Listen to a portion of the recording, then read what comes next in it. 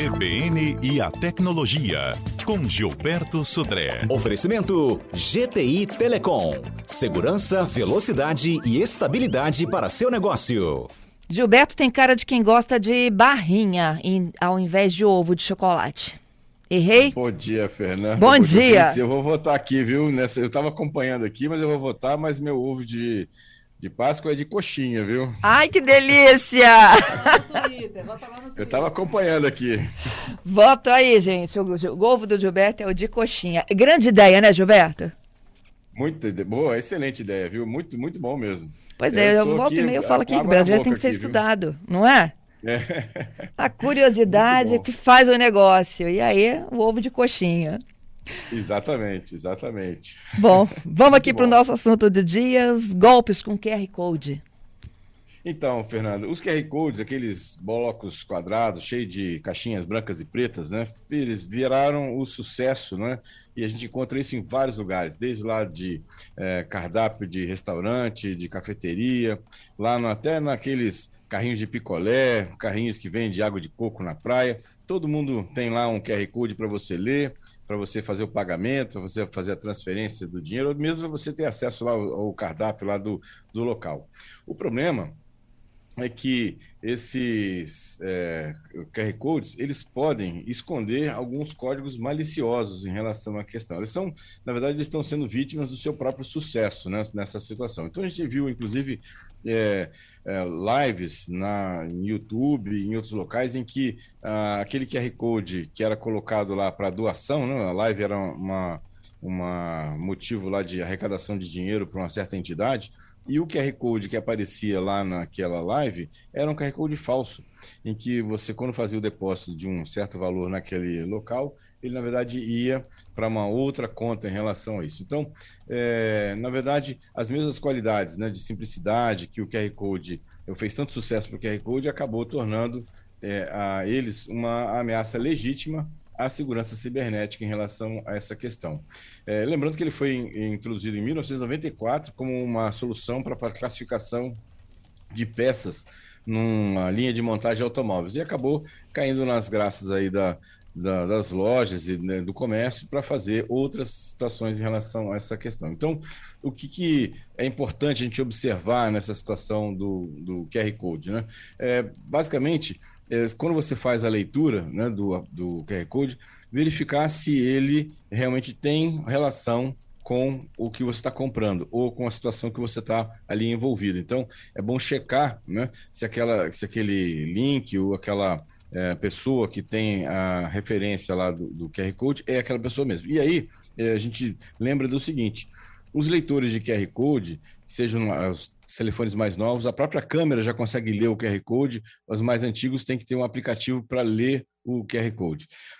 Tem uma configuração normalmente nesses aplicativos, ou de câmera, ou aplicativo de leitura de QR Code, onde você pode desabilitar o acesso automático. Então, ou seja, o aplicativo vai ler o QR Code, vai te mostrar o que ele leu, ou seja, qual foi o link, qual foi a pessoa que ele leu, e aí sim você vai aceitar ou não aquela situação. Porque se você deixar no automático, né, ou seja, que em algumas situações essa configuração está habilitada, quando você lê o QR Code, ele já vai automaticamente fazer o acesso àquele link. E pode ser que o link seja um link falso nessa situação. Então, essa é uma questão importante de observar. Primeiro, como é que está a configuração do seu leitor de QR Code lá no seu smartphone, e segundo, checar se aquele acesso é realmente um acesso feito para aquele ambiente.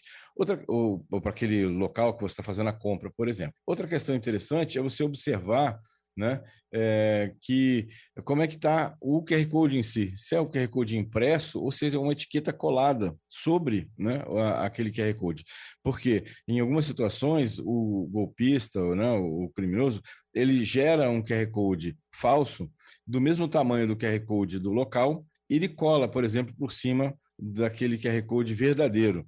E, na verdade, quando você está inadvertidamente não prestou atenção, é uma etiqueta que está colada por cima. E aí, quando você lê, na verdade, achando que está lendo o QR Code verdadeiro, está lendo um QR Code que o golpista que colocou ali desviando você para um outro site, que pode ter um site parecido com o site daquele local, né? Só que é um site falso que vai acabar infectando o seu celular, ou então capturando informações que você quer, né? Então, essas são questões importantes, né? Nessa questão, e observar exatamente se o seu acesso que você está fazendo é realmente do link que é o verdadeiro. Complicado, hein, Gilberto? Cada dia tem mais pegadinha pra gente, hein? Exatamente, né? Assim, e uma coisa importante, assim, também dessa questão, Fernanda, é que como é um uso muito popular, né, para os nossos ouvintes, que é interessante esclarecer também os nossos pais, né, os nossos familiares, desse tipo de golpe, que qualquer um pode estar exposto a esse tipo de golpe, né, no nosso dia a dia, já que é uma coisa tão popular. Então a gente encontra isso, QR Code, em todos os lugares aí, né? Bem, até na carteira de CNH hoje, não a carteira impressa, né, CNH mais nova, tem na parte do verso um grande QR Code lá com informações, por exemplo, de validação da sua CNH, né? E aí tem cartões de visita que tem o QR Code, né? Tem etiquetas de produtos que tem o QR Code. Então tem infinidade aí de uso do QR Code que podem, infelizmente, ser utilizado para atividades ilícitas. Sempre se prevenindo aí dessas pegadinhas. Excelente orientação, viu, Gilberto? Agora a gente vai para os destaques do Viralizou. Viralizou. Conta a história do carro autônomo, Gilberto. Essa foi realmente uma coisa sui generis, viu, Fernando? Na cidade de São Francisco tem um serviço de carro autônomo chamado Cruise, que é um serviço de táxi autônomo. Você é um aplicativo, né, um aplicativo de transporte, só que quando você chama, o que vem até você é um carro autônomo, sem motorista, né, para isso. Pois, na noite dessa semana agora, um carro desse serviço foi abordado pela polícia porque estava com os faróis apagados e parado em fila dupla, né? O policial, e tem até um vídeo na internet, rolando na internet, dessa abordagem. O policial foi até o carro está todo trancado, não tem motorista, né? Tentando ligar os faróis, né, do carro nesse caso. Pois o carro, por livre e espontânea vontade, andou, né, e tentou fugir da polícia, né, para a quadra seguinte, né, em relação a isso. Na verdade, depois a empresa esclareceu que o carro ele identificou como carro de polícia, ele não estava fugindo, na verdade estava parando no lugar mais seguro, né? E depois tudo foi esclarecido e depois até a empresa falou que ia fazer uma alteração no software para que isso não acontecesse mais. Mas, na verdade, quem chegou a ter acesso ao vídeo foi bastante curioso, que o policial chega perto do carro, né, e descobre que não tem motorista no carro, né, está tudo trancado, e aí o carro, como se estivesse fugindo da polícia, e para na quadra seguinte, né, como se estivesse escondendo da polícia. Bem curioso, pelo menos, a questão aqui, viu? Você imagina a cara desse guarda. Exatamente. Imagina, quando ele chegou perto do carro e não tinha ninguém no volante, né? Foi realmente curioso, né? Não, e ele saindo depois sozinho o carro, fugindo dele, né? Exatamente, né? E aí o policial sem entender, né? Fazer, como assim, né? Ele tá fugindo, né? O que eu faço, né, agora, né? Nessa situação. Foi realmente bem curioso essa situação. Depois ligaram para a empresa, né? A empresa foi lá e foi tudo esclarecido, não tem problema. A gente vai ter que enfrentar isso em algumas situações, viu? Porque toda essa solução de carros autônomos está sendo, na verdade, uma grande inovação. E a gente está aprendendo com isso também, né? As empresas estão aprendendo como programar, como fazer toda essa situação. É certo que, em pouco tempo, isso vai estar sanado e a gente vai ver muitos carros autônomos andando pela rua aí, sem nenhum problema. Mas até lá, a gente obviamente sabe que tem um período de aprendizado de todo esse processo, né? Para isso. Como? Bom, outra notícia interessante dessa semana é que finalmente a Apple entendeu que ninguém quer celular pequeno, né? Ou seja, levou alguns anos para a Apple finalmente entender que a tendência do mercado é de celulares que tenham telas grandes, confortáveis, para os usuários assistirem vídeos, lerem seus documentos, né, em relação a isso. Ela insistiu por muito tempo, inclusive foi uma insistência do próprio Steve Jobs, quando ele estava à frente da Apple, de ter aparelhos que pudessem ser operados com uma única mão, né? A gente sabe que telas grandes, muitas vezes você tem que usar duas mãos para operar o aparelho, e o Steve Jobs sempre insistiu nessa situação. O que acontece é que os aparelhos menores, né, da linha iPhone 12 mini e 13 mini, né, estão com vendas classificadas pela própria Apple como desastradas, né, ou desastrosas, né, e com isso provavelmente ela vai abandonar essa linha Mini agora no ano de 2022, né, para isso. É mesmo? Então esse 12 e 13 que tem versão Mini, eles vão deixar de circular? Exatamente. Estão encalhados, na verdade, né? Tem uma grande parte que não tá vendendo, tá no estoque, e provavelmente, pelo que tudo indica, os rumores que a gente tem ouvido aí no mercado, é que a Apple vai abandonar a linha do iPhone Mini nesse ano, agora de 2022, né? Para isso. Finalmente, né? Vai entender que o mercado não quer mais aparelhos pequenos, né? Como era no passado, para isso. É isso. Né? E a última notícia é uma notícia que, infelizmente, não é muito boa. A gente já vem falando disso há algum tempo, que o Não Me Perturbe, aquele site que você se cadastra para não receber mais ligação de call center de operadoras, tem hoje mais de 10 milhões de cadastros, de números cadastrados lá.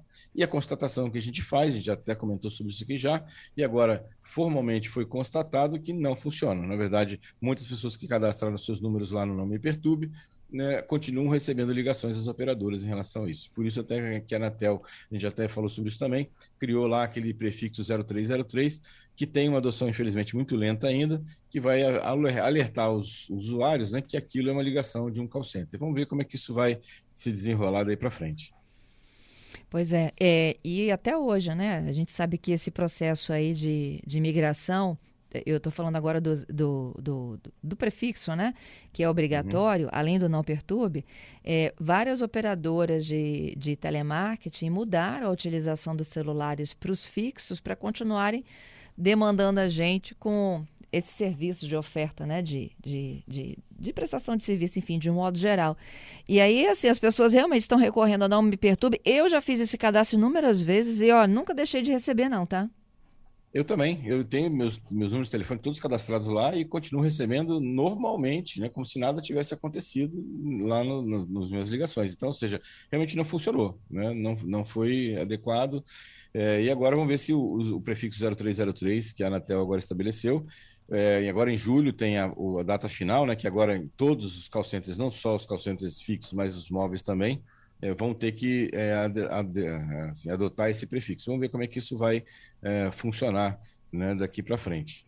Mas espero que funcione, né, porque realmente é perturbação. Tenho 2 ouvintes aqui para fechar. O Giovanni dizendo que ele tem muita preocupação com o QR Code que fica no cantinho da mesa para pagamento com Pix, por exemplo, né? Ele diz que é muito perigoso, alguém pode trocar QR Code, acabar dando um golpe. E tem um ouvinte, não tem o nome dele aqui, mas vamos lá. Ele está dando...